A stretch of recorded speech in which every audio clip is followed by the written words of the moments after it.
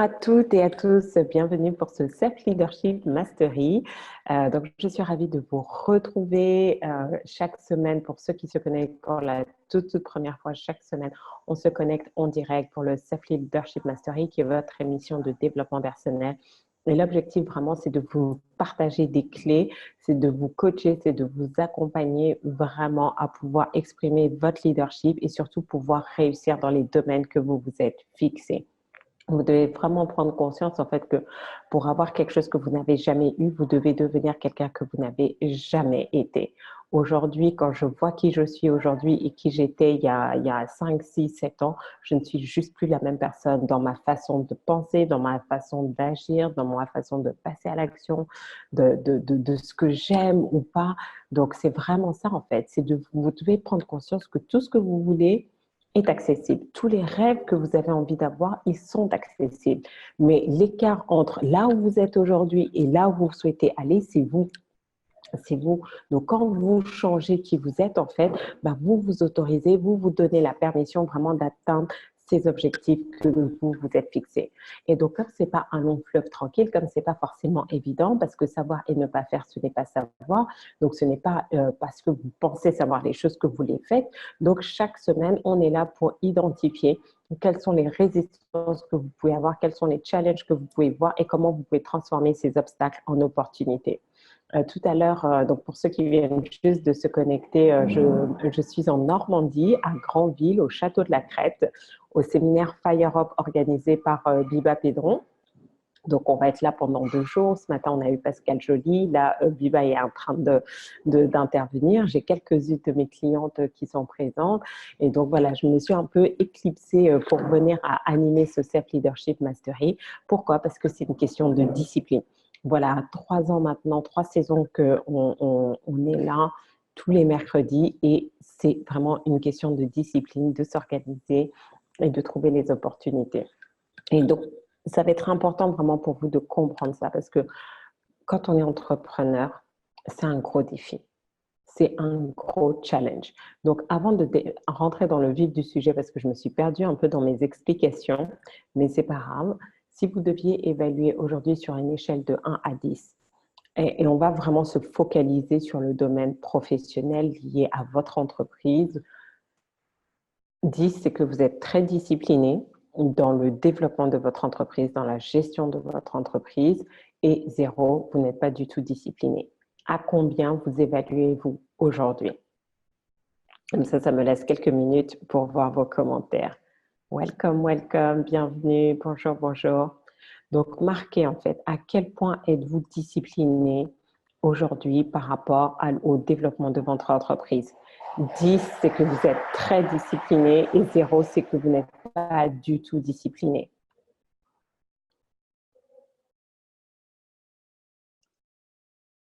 Donc, j'aimerais bien savoir.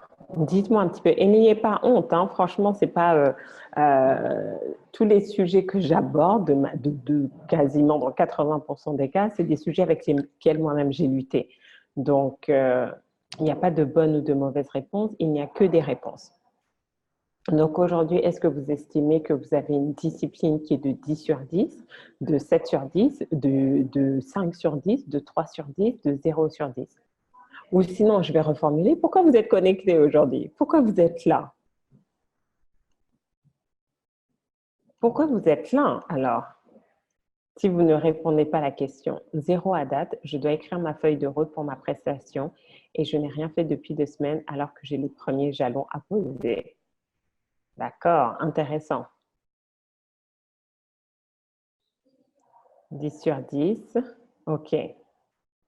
Donc, vous devez prendre conscience parce que j'entends souvent des personnes me dire la raison pour laquelle je me suis lancée en tant qu'entrepreneur, c'est que je voulais plus avoir de patron, je voulais plus rendre des comptes, je voulais être autonome, je voulais être indépendante, euh, je voulais voilà, commencer quand je voulais. Et donc, plus moi-même j'avançais dans l'entrepreneuriat, plus j'ai pris conscience qu'il y avait un problème en fait. D'accord? Pourquoi? Et donc, on va voir ça vraiment en 3 parties, vraiment bien comprendre, mais pourquoi, c'est quoi la discipline et quels sont les problèmes qu'on peut rencontrer quand on manque de discipline. D'accord? Ensuite, ça va être vraiment de comprendre voilà, les impacts, les enjeux pour votre entreprise et ensuite, quelles sont les stratégies que vous pouvez mettre en application dès aujourd'hui pour pouvoir avancer. Donc, pour moi, finalement, et quand je vois beaucoup de personnes, quand vous pensez discipline, vous pensez quoi? Généralement, c'est mauvais souvenirs. On a ce sentiment que devoir se discipliner, c'est on va être privé de liberté, école, les parents. Et donc, c'est vraiment, ça nous ramène souvent à l'enfance où on nous obligeait à faire des choses qu'on n'aimait pas faire, qu'on n'avait pas envie de faire, et on était un peu prisonnier de ça. Et donc, en fait, adulte, même si c'est quelque chose d'important pour notre entreprise, on a toujours dans notre inconscient, en fait, dans l'inconscient, il y a quand même encore cette partie de souffrance, de douleur, de mauvais souvenirs, de mauvaises images de la discipline. Malheureusement, vous n'allez jamais exceller dans un domaine pour lequel vous avez une mauvaise image. Si je prends le cas de la vente, beaucoup de personnes en fait ont une mauvaise image de la vente, du fait de vendre, des commerciaux, des vendeurs. Et donc du coup, quand ils me disent Farida, j'ai du mal à vendre mes produits et services, je dis c'est normal. Dès que tu vois un vendeur, tu fuis, tu n'es pas à l'aise, tu as une mauvaise image des vendeurs. Donc, tout ce dont, si vous avez du mal avec quelque chose, avec un domaine, ça va avoir un impact sur vous. Donc, vous devez prendre conscience de ça aujourd'hui. D'accord? C'est que, en tant qu'entrepreneur, si vous voulez réussir à concrétiser votre projet, à lancer votre entreprise, à multiplier par 3 le chiffre d'affaires de votre entreprise, à développer de nouveaux territoires dans votre entreprise, à recruter, vous devez être discipliné. D'accord? Donc, je vais parler de ça pour cette seconde partie. C'est vraiment prendre conscience de ça. Pour réussir, si vous n'êtes pas discipliné, ça ne va pas fonctionner. On a 4 catégories de personnes et je vais me focaliser sur les starters. D'accord? Donc, eux, ils savent démarrer facilement un projet. Donc, dès qu'ils voient, moi, je suis une bonne starter. Donc, dès que je vois les trucs, je passe à l'action et tout. Mais par contre, vous démarrez bien, mais vous finissez mal. C'est-à-dire que vous finissez pas ce que vous avez commencé. Donc, vous allez avoir plein de petits projets qui ont bien démarré, mais vous n'êtes jamais allé jusqu'au bout pour finir et clôturer le projet. Et généralement, en fait, on est un mauvais finisher parce qu'on n'a pas cette discipline, on n'a pas cette rigueur. Sauf que si vous ne finissez pas les choses, c'est comme si vous n'avez rien fait. Je répète, si vous ne finissez pas les choses, c'est comme si vous n'avez rien fait. Donc, c'est se dire comment je développe maintenant cette habitude, cette discipline d'aller jusqu'au bout de ce que je commence. Jusqu'au bout de ce que je commence. Parce que c'est étroitement lié à la loi du focus. Deuxième exemple, on va prendre maintenant le domaine commercial, puisque le but de toute entreprise, c'est de générer du chiffre d'affaires. Si vous n'êtes pas discipliné dans vos stratégies commerciales, marketing, comment vous allez avoir des clients? Si vous appelez un client une fois par mois, comment vous allez avoir des clients? Si vous contactez des prospects une fois de temps en temps, comment vous allez développer votre business? Si vous faites les choses que quand vous êtes d'humeur à le faire, et pour nous les femmes, ça peut être difficile parce que voilà, on a nos cycles hormonaux et parfois on peut être d'humeur et parfois on n'est pas d'humeur. Sauf que quand on n'est pas d'humeur et que ça dure 2 semaines, ça veut dire quoi? Pendant 2 semaines, il ne se passe rien. 2 semaines, il ne se passe rien. Donc, s'il ne se passe rien pendant 2 semaines, qu'est-ce qui se passe? Vous n'avez plus que 2 semaines, donc une semaine maintenant, vous allez tomber dans la culpabilité parce que pendant 2 semaines, vous n'avez rien fait. Et quand vous sortez enfin de la culpabilité, il ne vous reste plus qu'une semaine pour passer à l'action, pour faire des choses concrètes. Et après, boum. Donc, vous voyez que la discipline, c'est pas faire ce qu'on a envie de faire, mais c'est faire ce qui doit être fait. C'est faire ce qui doit être fait. Est-ce que ça vous parle, tout ça?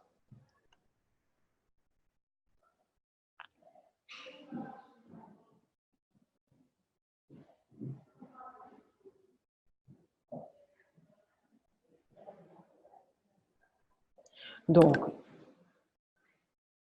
vous êtes entrepreneur, que vous ayez 1 an d'expérience, 3 ans, 5 ans, 10 ans d'expérience, l'excellence vient par la répétition.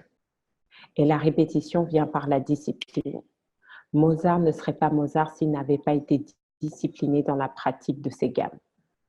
En fait, dès l'instant où vous voyez une personne qui a reçu un excellent niveau, en fait, vous vous rendez compte qu'elle a pratiqué.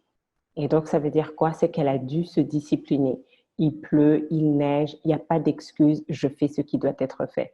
Et je sais que ce n'est pas facile, mais je veux que vous preniez conscience de l'enjeu, en fait. Aujourd'hui, certains d'entre vous, juste en passant, en augmentant de 2 points votre niveau de discipline, vous pouvez littéralement transformer votre business, juste en étant un peu plus discipliné. Je ne vous demande pas d'être des machines, parce que je sais que parmi nous, on en a certains, celles qui nous ont mis 10 sur 10. Ça, je sais que vous êtes disciplinés et limite. Maintenant, quand je vous demande de faire des choses, je réfléchis bien parce que je sais que quand vous allez commencer, vous n'allez pas vous arrêter. D'accord? Mais des personnes comme vous, il y en a très, très peu. J'en ai vu très, très peu dans ce domaine-là. Donc, c'est vraiment une force. Mais la plupart des gens, en fait, démarrent les choses, ne finissent pas, ne vont pas jusqu'au bout. Donc, il y a des entreprises aujourd'hui qui n'existent pas, non pas juste parce qu'en fait, le chef d'entreprise n'était pas suffisamment discipliné pour aller jusqu'au bout de son idée et comment dire, se forcer à faire ce qui devait être fait et non pas ce qu'il avait envie de faire. Donc, deuxième évaluation, posez-vous la question sur une échelle de 1 à 10. Avez-vous tendance à ne faire que ce que vous avez envie de faire ou vous êtes capable de faire des choses que vous n'avez pas envie de faire, mais parce que vous savez que vous devez le faire? Ok, ça c'est un peu tricky. D'accord? Donc, posez-vous la question. Cas numéro 1, je ne fais que ce que j'ai envie de faire. Cas numéro 2, je fais ce qui doit être fait, même si je n'ai pas envie de le faire. Je le fais. Un excellent moyen, vous devez voir, quand vous étiez salarié ou si vous êtes toujours salarié, quand votre responsable, votre manager, votre directeur vous demande de faire quelque chose, est-ce que vous le faites sans discuter ou vous avez tendance à dire « Oh là là, mais moi, je n'ai pas envie, etc. » Prenez cet exemple, en fait. Vous êtes salarié ou quand vous étiez salarié, étiez-vous une personne qui faisait ce qu'on lui demandait ou vous étiez une personne qui était toujours en train de se dire « Ah, mais moi, je préfère faire les choses à ma manière. » Vous faites que ce que vous avez envie de faire. Alors, du coup, je ne sais plus c'était quoi le cas numéro 2. Avoir envie, vous faites ce que vous avez envie de faire. Et je vais vous donner un exemple. Et quand j'ai entendu ça, ça m'a vraiment scotché en fait. Dans l'armée, les officiers, comment ça fonctionne? Quand on leur donne un ordre, ils ont interdiction de discuter. Ils appliquent l'ordre qui a été donné par leur commandant. Pourquoi? Parce que vous êtes en temps de guerre, vous êtes sur le terrain. Les quelques secondes, les quelques minutes que vous allez prendre à discuter l'ordre de votre commandant, c'est peut-être des gens qui vont être tués à cause de vous. Et donc, même si c'est un exemple en disant « Oui, mais Fada, je ne suis pas en terrain de guerre et tout », si en fait. Vous devez prendre conscience de ça. Et pour moi, ça a changé vraiment la dynamique. Parce que si vous êtes quelqu'un qui a tendance à vouloir tout remettre en question avant de faire les choses, c'est que vous n'êtes pas une personne disciplinée, c'est que vous n'êtes pas une personne qui sait suivre des instructions. Et donc, si vous ne savez pas suivre des instructions, qu'est-ce qui se passe? Vous ne serez jamais capable de développer votre entreprise. Parce que quels que soient les coachs que vous allez avoir, quels que soient les mentors que vous allez avoir, quels que soient les conseils que vous allez recevoir, vous aurez toujours tendance à n'en faire qu'à votre tête. Et vous allez vous plaindre que les choses ne fonctionnent pas. Et donc, ça, c'est vraiment, vraiment important. Et pour moi, c'est vrai que pendant longtemps, je pensais qu'être un peu désobéissante, c'était un signe d'indépendance, de liberté d'esprit. Mais j'ai vu que non, en fait, on perd en crédibilité, on perd en puissance, on perd en impact, en fait. Parce que si vous aviez tendance à ne pas suivre les instructions de votre manager, de votre responsable quand vous étiez salarié, quand vous devenez indépendant, vous vous dites « Ok, demain, je vais appeler 10 prospects et demain, vous ne faites rien. » Parce que vous devez comprendre que quand vous êtes entrepreneur et que vous démarrez seul, il y a deux personnes en vous. Il y a le patron en vous et il y a le salarié en vous. Sauf que vous n'avez jamais été patron, puisque pour beaucoup, c'est votre première création d'entreprise. Ou sinon, vous ne l'avez pas été suffisamment longtemps. Mais par contre, le salarié en vous, vous connaissez ses réflexes, vous connaissez son habitude parce que ça fait 10, 15, 20, 30 ans que vous avez été salarié. Donc maintenant, il y a ces deux casquettes. Donc imaginez dans votre tête, il y a ces deux casquettes, le patron et le salarié. Le salarié a été salarié rebelle pendant 10 ans, pendant 20 ans, pendant 30 ans. Et là, on a un jeune patron qui démarre. Et le patron dit au salarié, OK, demain, tu es à 9 heures au travail et tu vas appeler 10 prospects. Quelle autorité vous avez quand l'autre salarié qui a été 30 ans dans son mindset de salarié, chaque fois dire non, j'en fais à ma tête, qu'est-ce qui se passe? Ben, le lendemain matin, vous vous réveillez et dites, ah non, je n'ai pas envie d'appeler les prospects, je ne le fais pas. Le problème, c'est que avant, ça n'avait pas d'impact. Vous étiez toujours payé à la fin du mois. Et c'était votre patron. Donc, à la limite, tant pis pour lui. Sauf qu'aujourd'hui, vous gardez les mêmes réflexes parce que maintenant, c'est programmé en vous. Hein, c'est même pas intentionnellement. Mais c'est pour ça, hein, quand on se voit en train de procrastiner, on a toutes ces croyances limitantes, ces peurs. Non, c'est juste des comportements de salariés qui émergent en fait. On a tendance à toujours remettre en question, à toujours négocier, etc. Non, je me dis, ben non, moi, ça ne m'intéresse pas, je ne veux pas appeler les prospects, je veux faire à ma manière. Et donc, le patron qui est là, il n'a jamais eu d'emprise sur vous. Il démarre, il ne sait pas prendre l'autorité. Et puis, en plus, il a en face de lui un salarié rebelle. Donc, vous voyez comment ça commence à poser des problèmes? Et donc, vous voilà avec ces deux personnalités, avec une personnalité de salarié rebelle dominant et une mentalité de patron faible qui n'a pas encore l'expérience. Et ensuite, vous dites, j'y arrive pas. Est-ce que vous voyez les enjeux? Parce que dès l'instant où parce que tout le monde vous donnez des commandes, tout le monde vous dit, OK, cette semaine, je vais faire ça. On appelle les fameux objectifs. Vous vous êtes fixé des objectifs annuels, vous vous êtes fixé des objectifs trimestriels, mensuels, hebdomadaires, peut-être quotidiens. Posez-vous la question, dans combien de cas vous atteignez réellement vos objectifs? Et une raison majeure pour laquelle on n'atteint pas ces objectifs, c'est d'abord une question de mindset. Donc, c'est comment vraiment shifter ça, changer de paradigme, changer sa façon de faire, changer sa façon de penser, décider d'arrêter d'être un salarié rebelle, désobéissant qui veut toujours que tout soit justifié. Parfois, il faut juste faire les choses mécaniquement. Et après, vous allez voir en fait qu'à force de faire les choses maintenant, on passe dans un autre stade. Je ne sais pas si certains d'entre vous avaient vu le film Karate Kid. Les tout premiers Karate Kid, pas la version avec Will Smith, avec le fils de Will Smith, mais les vieux Karate Kid. Et justement, on a le maître de Karate Kid qui apprend aux jeunes les bases en fait du karaté. Et donc, qu'est-ce qui se passe à un moment donné? Il lui dit, OK, va laver la voiture. Et je veux que tu laves comme ça. Donc, tu tournes comme ça et puis tu fais ça. Et je ne sais plus comment il avait dit. Donc, c'était wax in, wax out. Et puis l'autre, maintenant, commence à faire ci et ça. Il dit, non, c'est pas ce que je t'ai dit de faire. Tu fais comme ça, je veux que tu nettoies, tu fais comme ça et tu fais comme ça, dans ce sens. Il faut que ça ait un sens. Tu fais exactement spécifiquement quand je t'ai dit. Et donc, quand il a vu que maintenant, il maîtrisait bien le mouvement, il explique, ben voilà. Donc maintenant, quand tu es en combat, tu imagines que, ben voilà, tu es en train de nettoyer tes vitres. Et en fait, il était en train de lui transmettre des mouvements, mais pour qu'il garde le mouvement intègre, il lui a d'abord appris. Donc, c'est exactement ça. Parfois, vous allez vous retrouver, votre coach va vous dire quelque chose ou votre manager va vous dire quelque chose. Faites ci. N'essayez pas juste de « oui, mais pourquoi je dois le faire ?» Parfois, vous devez être un peu…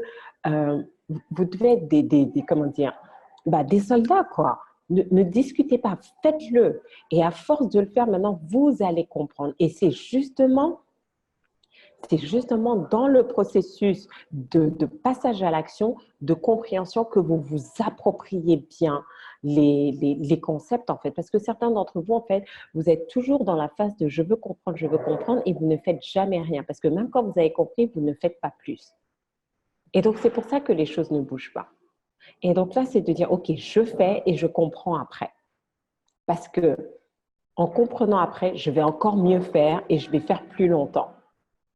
Mais j'aurais déjà fait. Parce que le plus important, décroche ton téléphone. Oui, mais Farida, je ne maîtrise pas le script.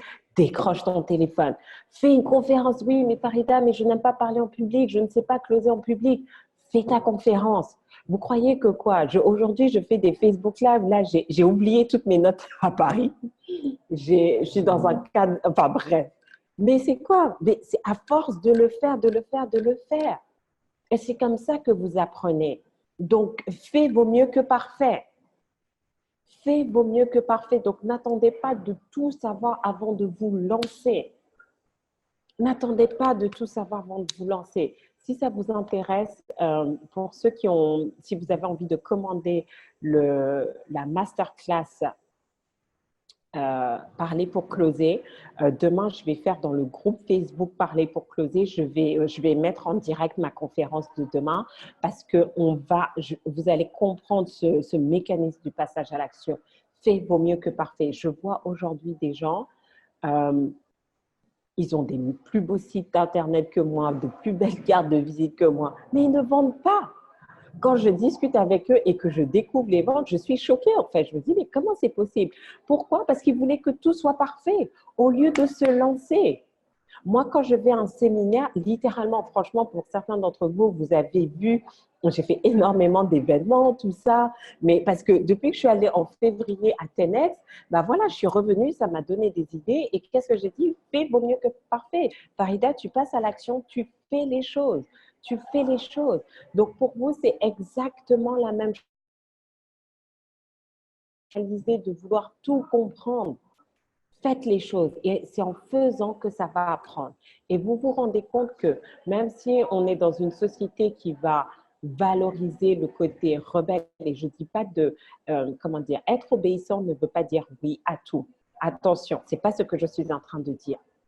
D'accord? Mais il y a ce côté-là où vous devez être capable de suivre des directives. Vous devez être capable de suivre des directives. Parfois, vous allez vous retrouver dans des situations, vous allez travailler avec des partenaires, etc., ou des investisseurs. Et à un moment donné, OK, on va vous dire, faites ci, faites-les exactement. Parce qu'en fait, parfois, on est dans des situations, moi, parfois, je dis, OK, fais ça. Oui, mais pourquoi? Non, mais je n'ai pas le temps de t'expliquer. Fais parce que là, on a l'opportunité, il faut qu'on saute dessus. Et après, maintenant, on va prendre le temps d'expliquer. Et donc, vous devez gérer ces deux personnalités, le patron en vous et le salarié en vous. À un moment donné, le patron doit dire, bon, maintenant, toi, là, tu es un salarié rebelle, tais-toi. OK? Tu fais ce que je t'ai demandé. Point barre. Sinon, vous allez toujours procrastiner et vous n'allez pas avancer. Vous n'allez pas avancer. Est-ce que ça fait sens pour vous?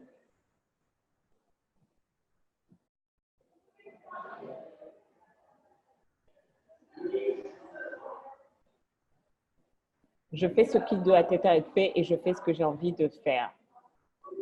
J'ai encore tendance à rechigner quand mon chef me demande de faire des choses que je ne comprends pas. Donc oui, après, si, comment dire, il y a des choses, si vous ne comprenez pas, vous ne pourrez pas faire. Si vous ne comprenez pas la finalité, vous n'allez pas bien faire. D'accord?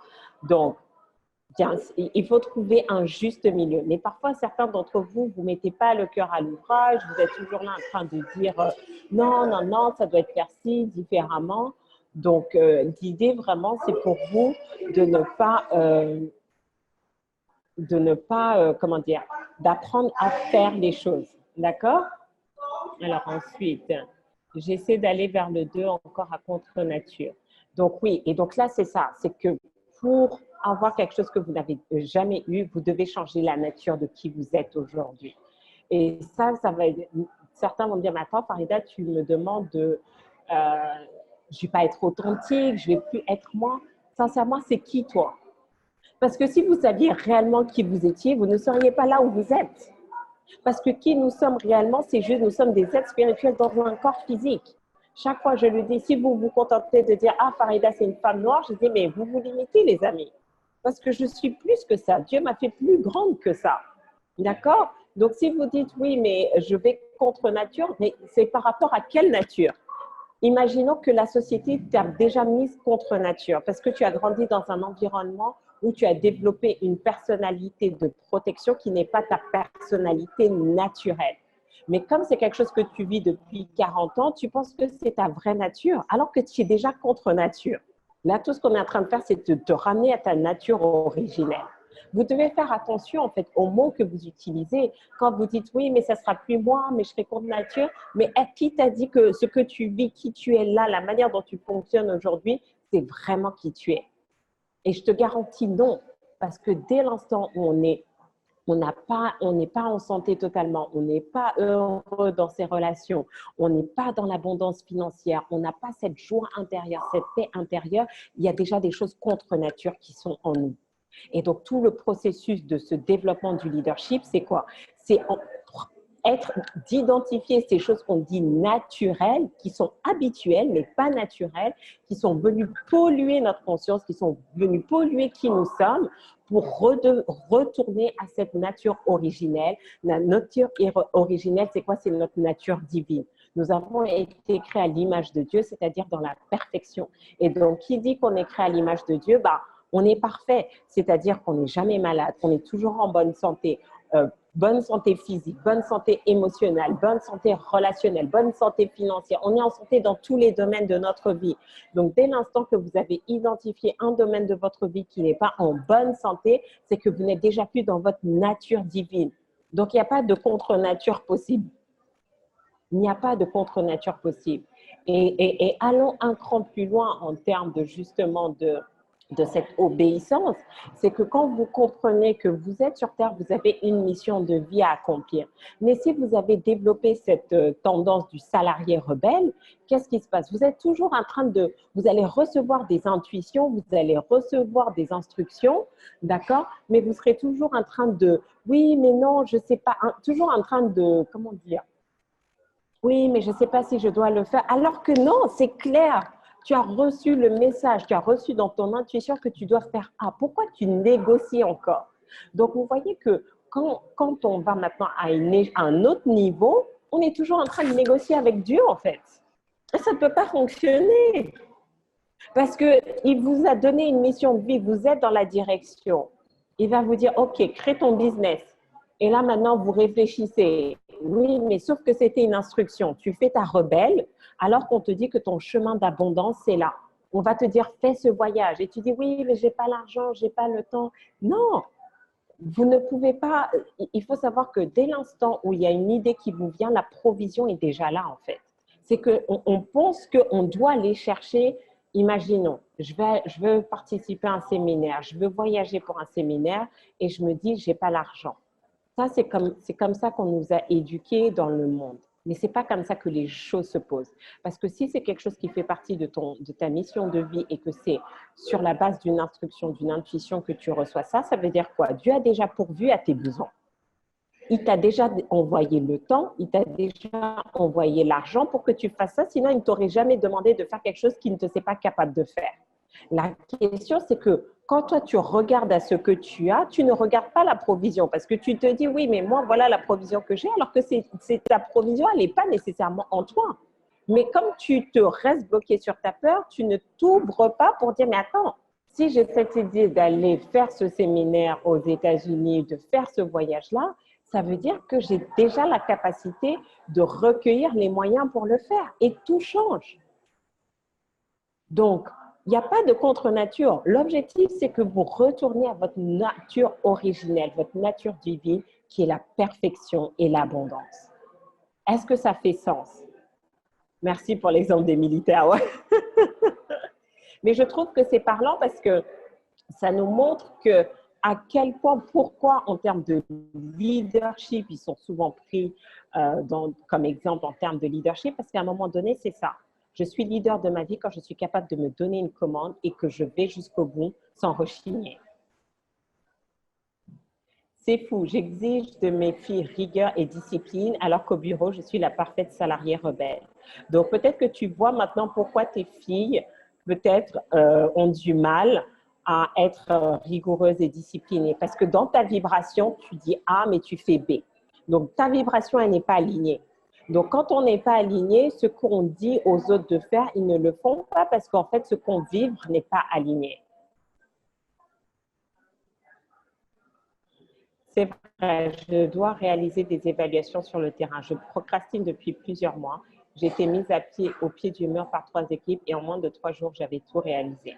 D'accord. La question, c'est est-ce qu'on doit toujours attendre d'être au pied du mur avant de faire les choses? Merci, j'écris un grand fait vaut mieux que parfait, car je suis très perfectionniste et j'avais tendance à attendre que tout soit parfait avant d'agir. Donc, en fait, j'ai envie de dire, le perfectionnement vient dans la répétition. C'est-à-dire que moi, je me dis pas, je veux pas que le produit à l'instant T, je fais, bien évidemment, je mets le maximum, mais je ne fais pas les choses une fois. Vous n'allez jamais me voir faire quelque chose juste pour le faire une fois. Parce que pour moi, ça ne sert à rien parce qu'on n'est jamais parfait en faisant une chose une seule fois. Donc, si je fais quelque chose, c'est parce que je sais que je vais pouvoir le faire plusieurs fois et dans le processus de la répétition, je me perfectionne. Et donc, c'est comme ça le chemin vers l'excellence. C'est par la répétition et à chaque répétition, on s'améliore, on se perfectionne. Merci pour ce beau rappel. J'ai écrit en grand dans mon salon, fait vaut mieux que parfait car je suis très perfectionniste. Ah ok, je viens de le lire. Quid de la différence entre ce qui vient de l'extérieur versus interne? Par exemple, facilité et implication si les tâches impliquent d'autres, alors que beaucoup plus de laxisme lorsqu'il s'agit juste de moi. Et en fait, généralement, c'est ce qu'on a tendance à faire. En fait, on va exiger beaucoup plus des autres, être laxiste avec soi. Mais moi, j'ai envie de dire, inversons la tendance. Apprenons à être vraiment exigeants avec nous-mêmes et à être laxiste avec les autres. Parce que on n'a pas la main sur les autres, on ne contrôle pas les autres. La seule personne que vous pouvez contrôler, c'est vous. Disciplinez-vous avec vous-même. Mais le plus dur, et commencez sur des choses simples. Est-ce que c'est vos habitudes sportives? Vous avez envie de faire du sport une fois par semaine, 2 fois par semaine, 3 fois par semaine, tous les jours? Est-ce que ce sont vos habitudes alimentaires? Comment vous pouvez vous discipliner au niveau alimentaire? Est-ce que c'est sur votre hygiène de vie? À quelle heure vous vous couchez? À quelle heure vous vous levez? Est-ce que c'est sur vos relations? Moi, je me discipline pour ne pas m'entourer de personnes négatives. Voilà, est-ce que c'est la discipline dans vos finances? Vous vous obligez à avoir un budget, à mieux gérer vos finances. Commencez par des choses et vous allez voir que la manière dont on fait une chose est la manière dont on fait toutes les choses. Plus vous allez voir les domaines dans lesquels vous êtes bien discipliné et tout ce que vous avez à faire maintenant, c'est de prendre ça et de vous dire, OK, comment je peux être discipliné dans les autres domaines de ma vie? Et ça va faire toute la différence. Donc, vraiment, pour ceux qui ne sont pas encore dans le mastermind, je vous encourage, vous avez une période d'essai de 7 jours. Je vous encourage vraiment à vous connecter et vraiment profiter, en fait, parce que le fait d'être entouré, c'est un système. Donc là, pour cette troisième partie, je vais vous donner 3 choses que vous pouvez faire vraiment pour vous discipliner. Premier élément, ayez un coach. Ayez un coach avec qui vous travaillez sur une base régulière, soit toutes les semaines, soit tous les 15 jours. Après, tous les mois, si vous n'avez pas d'autres alternatives, ça peut être trop long parce qu'en fait, vous avez le temps de redescendre et quand vous avez votre coach, il faut tout reconstruire. Mais au moins, travaillez avec un coach une fois par semaine ou une fois tous les 15 jours. Et comme ça, vous vous fixez des objectifs et votre coach est là pour vous aider à tenir vos engagements. Moi, c'est ce que je fais avec mes clients. Mes séances de coaching, elles sont très efficaces. On se connaît. Voilà ce que tu m'as dit que tu allais faire. Qu'est-ce que tu as fait? Quels sont les résultats? Pourquoi tu n'as pas fait? Et on ajuste. Parce que le seul moyen, c'est ça en fait. C'est la discipline, c'est le focus.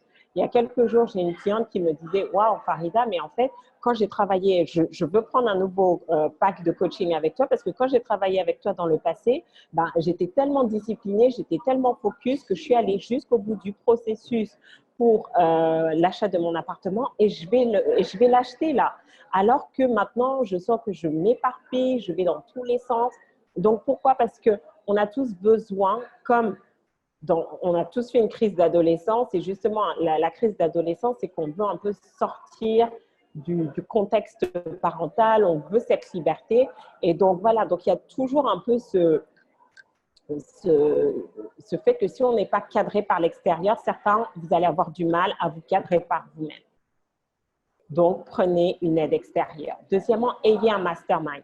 Ayez vraiment un groupe de pairs, un groupe de personnes qui sont dans la même dynamique que vous ou qui ont, idéalement même, qui ont le même objectif que vous. Et c'est pour ça, quand j'ai lancé le challenge des 28 jours, et ça a été vraiment puissant parce qu'on avait tous le même objectif.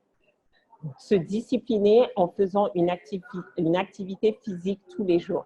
Et donc, on a tous réalisé beaucoup plus que si on avait été seul.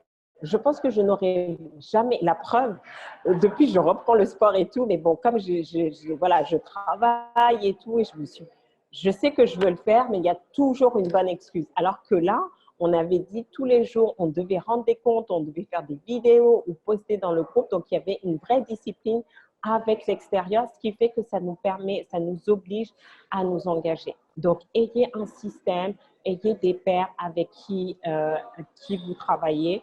Après, vraiment, j'ai découvert une application. J'ai une application que j'ai téléchargée. Donc, ça, c'est la troisième stratégie. Une application que j'ai téléchargée sur mon téléphone. C'est un peu ma checklist de tous mes rituels que je fais. Rituels développement personnel, rituels business que je fais tous les jours vraiment pour me développer. Et donc, comme ça, voilà, ben, le matin, je me réveille, OK, j'ai ma checklist. Et le soir, quand je vais me coucher, j'ai ma checklist. Donc, comme ça me permet vraiment de garder ça. Donc, 3 moyens. Soit vous travaillez avec un coach en individuel, soit vous avez un groupe avec qui vous avancez, ou sinon, vous avez une application, vous créez votre propre application, une feuille Excel, et vous vous disciplinez. D'accord? Alors, la question, c'est quoi? Tu n'es pas exigeante avec toi quand c'est pour les autres, c'est ça? Donc là, c'est important. Là, c'est aussi une discipline à avoir, de se dire, OK, qu'est-ce qui fait que quand c'est pour moi, je suis exigeante, mais dès que c'est fait pour les autres, je suis moins exigeante. Généralement, on est plus exigeant quand on fait les choses pour les autres parce qu'il y a aussi ce regard de qu'est-ce qu'ils vont penser, est-ce que le travail est bien fait ou pas.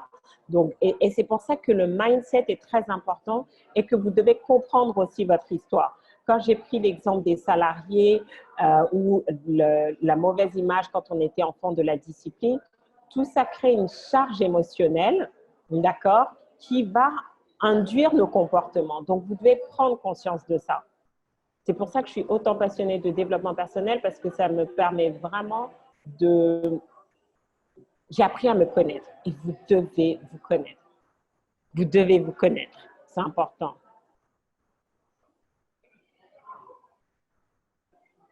Vous devez vous connaître. Farida, il faut que tu relances le groupe sur le sport. OK. J'y pense là. Mais j'ai encore mieux que ça. Donc oui, Diane, c'est important que dans ce cas-là-ci, c'est plutôt l'inverse. Tu es plus rigoureuse avec les autres, mais quand c'est tes projets à toi, tu dois te mettre en niveau d'importance. Parce que généralement, quand on a un déséquilibre comme ça, c'est qu'on ne se met pas à la même valeur que les autres. Exemple, quand vous devez acheter des cadeaux pour les autres, vous allez prendre toujours les plus beaux, les plus chers. Quand vous recevez les gens chez vous, vous dressez la table, vous sortez vos plus beaux arts de la table et tout. Mais quand c'est pour vous, vous faites toujours le minimum. Parce qu'on nous a probablement, dans certaines cultures, je sais que c'est comme ça qu'on nous a éduqués, de faire plus pour les invités que pour soi-même. Et donc, ça reste en fait. Donc, quand on allait chez les gens, bah, sois belle. Quand on accueillait les gens à la maison, bah, il faut que ta chambre soit rangée, il faut que la maison, etc. Mais quand c'est soi, bah, c'est pas grave en fait. On peut être négligé. Et donc, dans l'inconscient aussi, ça joue. Donc, on va toujours mettre plus d'importance dans les projets des autres que pour soi. Et moi, j'ai dû apprendre à changer ça.